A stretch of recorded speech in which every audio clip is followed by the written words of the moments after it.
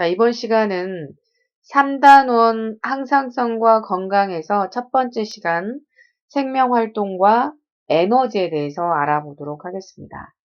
일단 생명활동과 에너지는 뗄래야 뗄 수 없는 관계라고 볼 수 있습니다. 우리가 1단원 첫 시간에서 물질대사, 그러니까 생명체 내에서 일어나는 모든 화학 반응에 대해서 알아봤죠. 이 물질 대사라고 하는 것은 물질을 합성하거나 분해하는 작용을 통틀어서 물질 대사라고 합니다.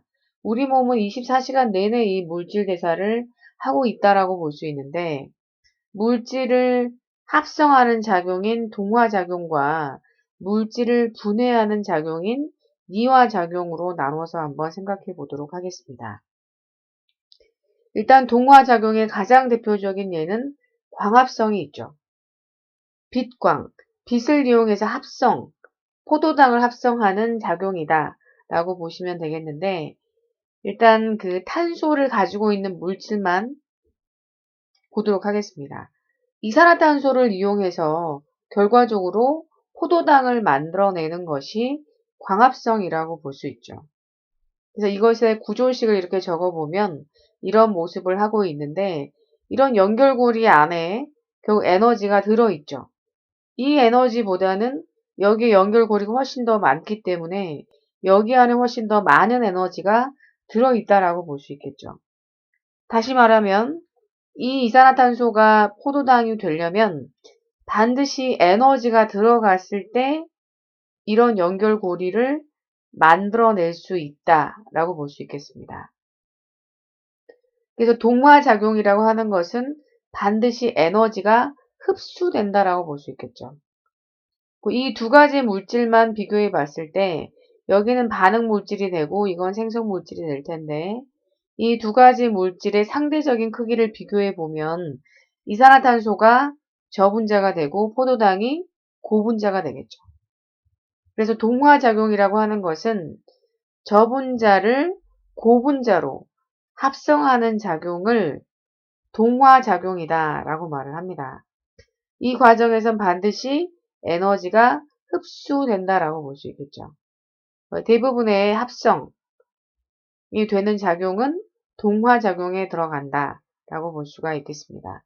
단백질 합성, 머리카락 같은 단백질의 경우도 아미노산이라고 하는 작은 덩어리를 이용해서 단백질이라고 하는 고분자를 만들어낸다라고 볼 수 있겠죠. 이것의 그 그래프를 한번 표현을 해보자면 반응물질과 생성물질 중에 생성물질이 더 에너지가 많은 상태죠. 그래서 이 지금 그래프상으로 보면 반응물질이 에너지가 적고 생성물질이 에너지가 많은 이러한 그래프가 된다라고 볼 수 있습니다.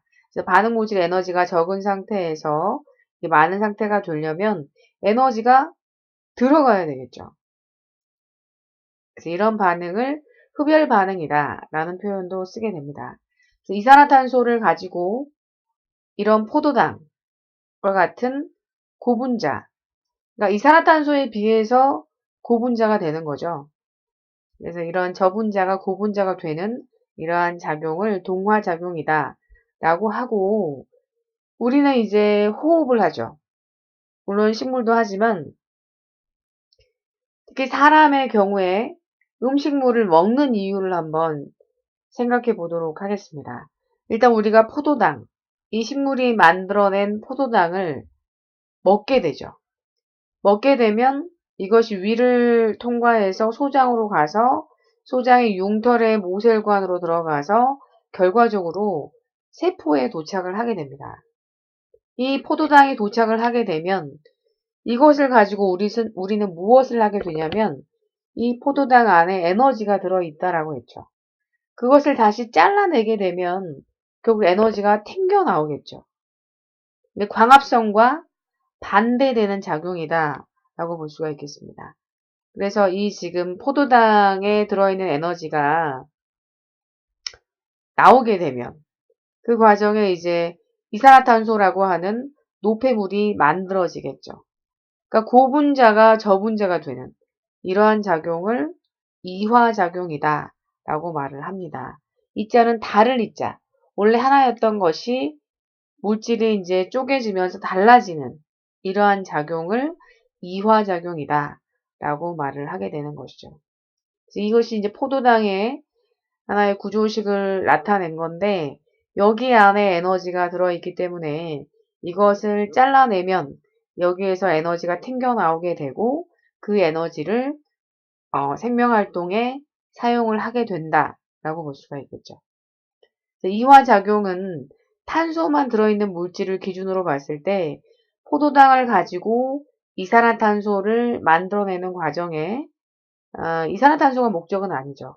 여기서 에너지를 얻는 것이 목적인데 이 에너지가 튕겨나오는 과정에 만들어지는 노폐물이 이산화탄소라고 볼 수가 있겠죠. 이화작용이라고 하는 것의 목적은 에너지를 방출해서 그 방출된 에너지를 사용하려고 이화작용을 한다라고 볼 수 있습니다. 그래서 포도당과 이산화탄소가 있을 때 상대적으로 포도당이 고분자가 되겠죠. 고분자가 저분자가 되는 과정, 이것을 이화작용이라고 합니다. 쪼개진 거기 때문에 분해됐다라고 볼 수 있겠죠. 이 과정에서 에너지는 방출된다라고 볼 수 있습니다. 그래서 우리가 아까 포도당이라고 하는 영양분을 분해해서 에너지를 얻는 과정, 이것을 일명 우리는 호흡이다 라고 말을 합니다. 그래서 이화작용의 가장 대표적인 예는 세포 안에서 일어나고 있기 때문에 세포호흡이라는 표현을 쓰죠. 또 소화의 경우도 우리가 사실 밥을 먹을 때 엄밀히 따지면 포도당이 바로 들어가는 것이 아니라 녹말이 형태로 들어가게 되죠. 그래서 녹말이 입 안으로 들어가게 되면 결과적으로 나중에 엿당을 거쳐서 포도당이 될 텐데 그 과정에 녹말이 엿당으로 될 때 예를 들어서 녹말과 엿당을 비교해 보게 되면 녹말이 더 큰 물질이 되죠. 네, 아밀레이스에 의해서 녹말이 엿당이 되는 과정은 쪼개지는 이화작용이다라고 볼 수 있죠. 그러니까 이러한 소화작용은 이화작용의 대표적인 예다라고 볼 수가 있겠습니다. 그래서 이화작용은 포도당이 이산화탄소가 되는 과정, 그러니까 포도당 안에 들어있는 에너지를 끄집어내는 과정에 이산화탄소가 만들어진 거죠. 그래서 이렇게 고분자가 저분자가 되는 이 과정을 그래프로 표현을 했을 때 이러한 그래프가 나타난다라고 볼 수 있겠습니다. 그러니까 포도당이라고 하는 고분자가 이산화탄소라고 하는 저분자가 될 때 에너지가 방출되는 작용, 이런 것을 이화작용이다 라고 말을 합니다. 자, 그러면 여기서 이제 에너지가 튕겨 나오게 되는데 이 에너지를 우리가 어떻게 쓰게 되는지 이 과정을 좀 알아보도록 하겠습니다. 자, 세포호흡이라고 하는 것은 방금 전에 이야기를 했지만 이렇게 음식물을 먹게 되면 이 음식물이 위를 타고 소장으로 가서 소장의 융털로 흡수가 되게 됩니다. 그래서 이 융털 안에 이 혈관을 타고 계속 쭉 가다 보면 결과적으로 이렇게 세포들이 많이 있죠. 세포들로 이 포도당이 이렇게 이동을 한다라고 볼 수 있겠죠. 이렇게 가게 되면 이 포도당이 여기 미토콘드리아라고 하는 세포 안에 들어있는 미토콘드리아로 가서 여기에서 포도당을 쪼개서 에너지를 방출하게 된다라고 볼 수 있습니다. 이 방출된 무형의 에너지가 결국 내가 움직일 수 있게 하는 원동력이 된다라고 볼 수가 있겠죠. 그래서 세포호흡이라고 하는 것은 우리가 이제 영양분을 분해해서 에너지를 얻는 과정, 그 과정에 산소를 쓰게 됩니다. 이산화탄소가 이제 만들어진다라고 했는데 포도당을 분해할 때 산소가 들어가게 되어 있습니다. 아까는 좀 간단하게 설명을 하는 과정에서 산소를 생략했는데 엄밀히 따지면 포도당과 산소가 같이 반응을 해서 이산화탄소와 물이 나오는 것이 이제 호흡이다라고 볼 수가 있죠. 산소가 들어갔을 때 포도당이 잘 쪼개질 수 있다라고 볼 수가 있습니다. 이것은 미토콘드리아의 모습이고 이 세포 안으로 산소가 들어가서 포도당이 쪼개질 때 이 산소를 이용하게 되어 있다라고 보시면 되겠습니다. 이 미토콘드리아에서 포도당과 산소가 들어갔을 때 여기 포도당 안에 들어있는 에너지를 얻어낼 수 있죠. 이 과정에 노폐물인 이산화탄소와 물이 나오게 되고 우리가 얻고자 하는 것은 바로 이 에너지라고 볼 수가 있겠죠. 그래서 세포흡 과정은 자, 포도당이 이제 가장 중요한 물질이죠. 이 물질 안에 들어있는 에너지를 끄집어내는 것이 바로 호흡이다라고 볼 수 있습니다. 이 과정에 산소와 물이 거들어주는 거죠. 이것이 잘 분해돼서 에너지가 나올 수 있게끔 도와주는 역할을 이 산소와 물이 하고 있다라고 볼 수 있습니다. 이 과정에 에너지가 나오게 되고 물론 이것들이 화학 물질이기 때문에 그 결과적으로 노폐물들이 만들어지겠죠. 그것이 이산화탄소와 물이 되고 그 과정에 에너지가 나온다라고 볼 수 있죠. 그 에너지가 튕겨 나오게 되면 이제 무슨 에너지냐면 빛으로 나오는 건 아니죠. 사람 몸에서 막 빛이 나는 건 아니잖아요. 그래서 이 지금 포도당 안에서 나오는 에너지가 완전히 발산되는 것이 아니고 그 에너지를 잘 이용할 수 있게끔 어딘가에 저장을 하게 됩니다. 다시 바로 이제 설명을 할 텐데 그 에너지 저장 물질이 바로 ATP가 되겠습니다. 나머지는 열 에너지로 방출이 되게 되죠. 그래서 이 포도당을 100으로 봤을 때 이 에너지가 약 40%가 ATP에 저장이 되고 60%는 열 에너지로 방출된다라고 볼 수 있습니다. 사실 이 40%라고 하는 것이 사람의 그 포도당 연료를 섭취했을 때 40%를 에너지 ATP 저장할 수 있다라고 하는 것은 매우 에너지 효율이 좋다라고 볼 수 있습니다. 우리가 휘발유를 차에 100을 넣었을 때 실제로 자가용이 굴러가는 데 쓰는 효율은 대략 한 25에서 30 많았을 때 이 정도가 되는 걸로 알려져 있습니다. 반면에 사람의 경우에는 무려 40%, 50%를 넘어가는 것은 매우 어려운 일이기 때문에 40%만 나온다고 해도 매우 훌륭한 효율이다라고 볼 수가 있습니다. 사실 우리가 이제 그 하나의 예를 들어서 에너지를 이제 어떻게 활용하는지의 과정을 이해하기 위해서 이 지금 발전소의 이야기를 좀 할까 합니다.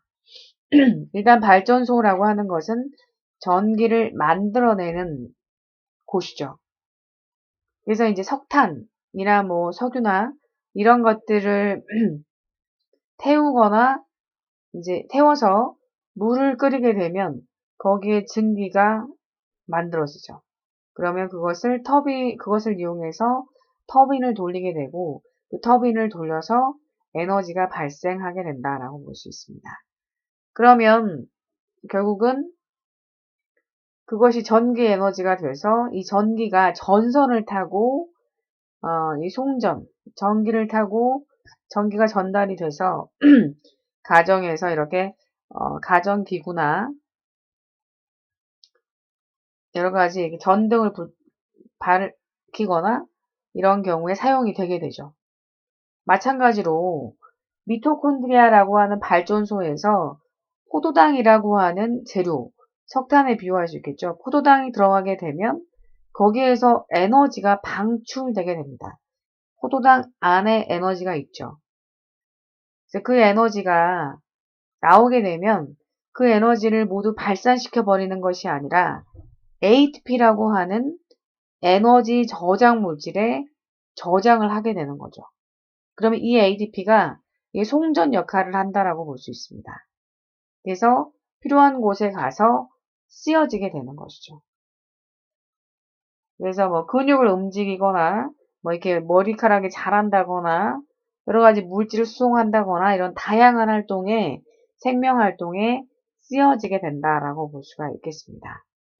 그래서 이 ATP라고 하는 것은 한마디로 에너지 저장 물질이다라고 볼 수 있습니다.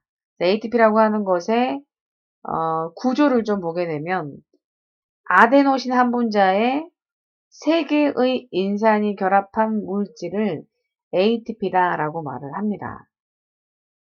자, 이 ATP의 구조를 좀 보도록 하겠습니다. 일단 이 포도당 안에 들어있는 에너지가 이렇게 튕겨나오면 냉큼 ATP가 이 에너지를 저장한다라는 거죠. ATP에 저장이 되는 거죠. 자, 이 ATP의 구조가 어떠한지를 좀 보도록 하겠습니다. 자, 일단 이것이 지금 ATP의 이제 구조를 만들기 위한 물질인데, 이것은 지금 인산이 2개밖에 없죠. 그래서 DI라는 게 2개라는 뜻인데, ADP에 이 지금 포도당에서 만들어지는 에너지가 이 ADP하고 결합을 하게 되면, 여기 이제 인산을 가지고 와서 여기에 결합을 시키게 되면 ATP가 되는 거죠. 그러니까 ADP보다 ATP가 에너지가 더 많은 상태라고 볼 수 있겠죠. 그러니까 ADP에 여기 이 미토콘드리아에서 만들어진 에너지를 결국 ATP를 만드는데 집어넣었다라고 볼 수 있는 거죠. 방출이 되고 나서 그 에너지가 그냥 무작위적으로 발산되는 것이 아니라 ADP로 들어가서 ATP를 만들어내게 된다는 거죠. 그래서 ATP라고 하는 것은 자, 어디에서 이름이 유래가 된 것이냐면 일단 이 지금 염기가 있고 이 리보스가 있는데 이 염기의 이름은 아데닌이 됩니다. 이것은 리보스 그리고 이것은 인이죠. 보통 산소가 좀 결합되어 있는 형태라서 인산이라는 표현도 쓰게 되는데 어쨌든 아데닌, 리보스를 합쳐서 아데노신이라고 합니다. 여기까지를 아데노신이라고 하죠. 그리고 트리라고 하는 것은 3개의 의미를 갖고 있죠. 트리포스페이트, 인산이 3개라는 뜻을 가지고 있습니다. 그래서 이 지금 ATP가 에너지를 갖고 있다가 특히 이 물결 부분이 있죠. 여기 부분에 고에너지가 들어가 있습니다. 그래서 여기 이 결합을 고에너지 인산 결합이다 라는 말을 쓰죠. 다시 보세요. 여기 부분에 에너지가 들어있는데 이게 끊기면 여기 들어있던 에너지가 튕겨 나오는 거죠.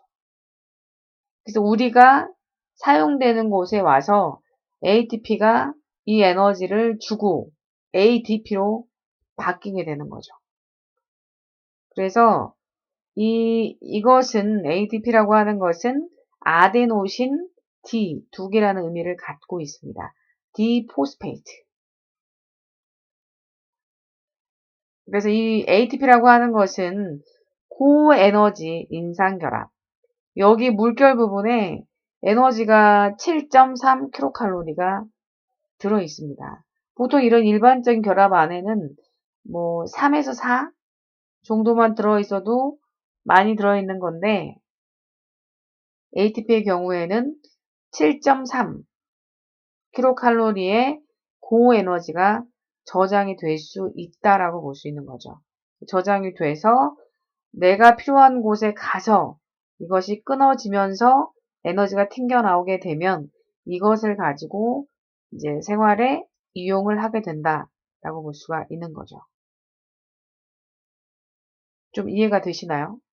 여기에 지금 이 ATP라고 하는 것은 에너지 저장 물질, ATP를 이용해서 결국 ATP를 만들었다라고 볼 수가 있겠습니다. 자, 조금 이 모식화 시켜보면, 자, 이 화살표를 잘 기억하세요. ADP가 에너지, 여기에 나온 에너지가 ADP에 결합이 되면서 ATP가 되는 거죠. ATP가 되고, 이 ATP가 돌아다니다가 필요한 곳에 가게 되면 다시 여기가 잘리는 거죠. 잘리게 되면 이걸로 바뀌겠죠. 거기에 또 튕겨나온 에너지가 여기에서 잘리면서 튕겨나온 에너지가 있을 텐데 이걸 가지고 생명활동에 이용이 된다라고 볼 수가 있는 거죠. 자, 이러한 관계를 잘 이해하시길 바라겠습니다. 다음 시간에 생명활동, 어떠한 생명활동에 이 에너지가 쓰여지는지를 알아보도록 하겠습니다. 수고하셨습니다.